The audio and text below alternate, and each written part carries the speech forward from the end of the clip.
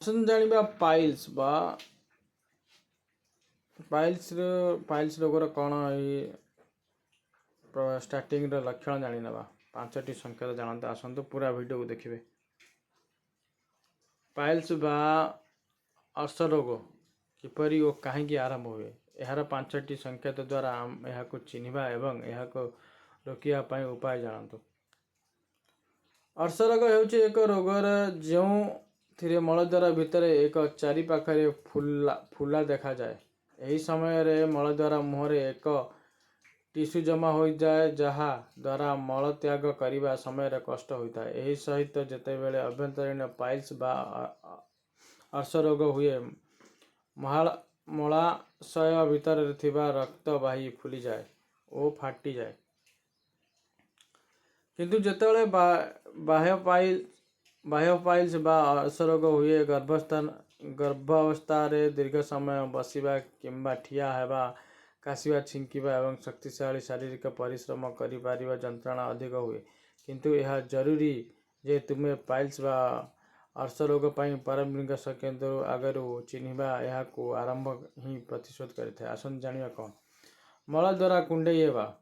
Piles ବା ଅର୍ଶ ରୋଗ ଆରମ୍ଭ ମଳଦ୍ୱାର କୁଣ୍ଡେଇ ହେବା ସମସ୍ୟା ଦେଖାଯାଏ। ବିଶେଷଜ୍ଞ ଆଭ୍ୟନ୍ତରୀଣ ପାଇଲ୍ସ ବା ଅର୍ଶ ରୋଗ ଯେଉଁଥିରେ ମାଂସପେଶୀ ଜମା ହେବାକୁ ଲାଗେ ଏବଂ ଏହାଦ୍ୱାରା କୁଣ୍ଡେଇ ହୋଇପାରେ, ସେହିପରି ସ୍ଥିତିରେ ଯଦି ତୁମେ ଅନୁଭବ କରୁଛ, ତେବେ ତୁମର ମଳାଶୟକୁ କୁଣ୍ଡେଇ ଅଧିକ ବଢ଼ିବା ଏବଂ ନିୟମିତ ହେଉଛି, ତେବେ ତୁମେ ନିଶ୍ଚିତ ଜଣେ ଡାକ୍ତରଙ୍କୁ ଦେଖା କର ଏବଂ ଏହାକୁ ସ୍କ୍ରିନ୍ ଯାଞ୍ଚ କର। ମଳଯାତ୍ରା ଯନ୍ତ୍ରଣାର ଫୁଲିବା କିମ୍ବା ଜଳିବା ଅନୁଭବ।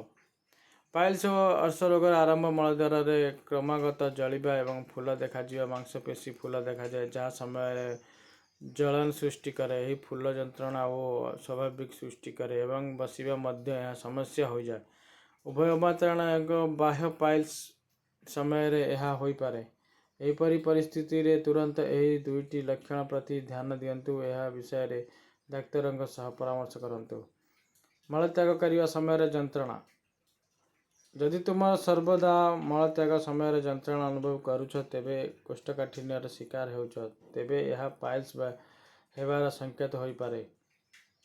ବାସ୍ତବରେ ଏହା ମଳଦ୍ୱାର ମଧ୍ୟରେ ରକ୍ତ ଜମାଟ ବାନ୍ଧିବା ଦ୍ୱାରା ଘଟିଥାଏ, ଯାହା ତୁମେ ଶୌଚ କରିବା ସମୟରେ, ବସିବା କିମ୍ବା ଚାଲିବା ସମୟରେ ଯନ୍ତ୍ରଣା ହୋଇପାରେ। ଏହି ସମୟରେ ମାଂସପେଶୀ ଏତେ ଫୁଲିଯାଏ ଯେ ଅନ୍ତର୍ନଳୀରେ ସମସ୍ୟା ଦେଖାଦିଏ।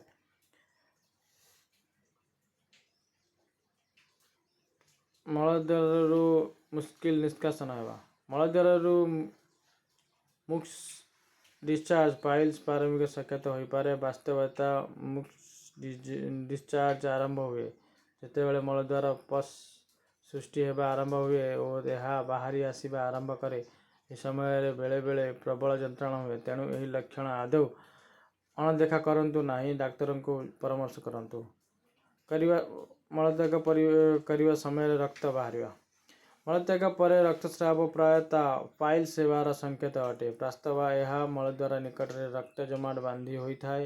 ଏହା ସହିତ ଏହା ମଧ୍ୟ ଏକ ସଂକେତ ଅଟେ ଯେ ପାଇଲ୍ସ ବୃଦ୍ଧି ପାଇଛି। ପାଇଲ୍ସର ଏହି ପ୍ରାରମ୍ଭିକ ସଂକେତ ଚିହ୍ନିବା ପରେ ତୁମେ ଏହାକୁ ଏଠାରେ ହିଁ ବନ୍ଦ କରିବାକୁ ଚେଷ୍ଟା କରିବା ଉଚିତ। ଏଥିପାଇଁ ଖାଦ୍ୟରେ ଫାଇବର ଓ ପରିମାଣ ବଢ଼ାନ୍ତୁ, ପ୍ରଚୁର ପାଣି ପିଅନ୍ତୁ, ଶାରୀରିକ ବ୍ୟାୟାମ କରନ୍ତୁ ଏବଂ କୋଷ୍ଠକାଠିନ୍ୟରୁ ଦୂରେଇ ରୁହନ୍ତୁ। ଭିଡ଼ିଓଟି ଭଲ ଲାଗିଲେ ଲାଇକ୍, ସେୟାର, ସବସ୍କ୍ରାଇବ୍ କରିବେ।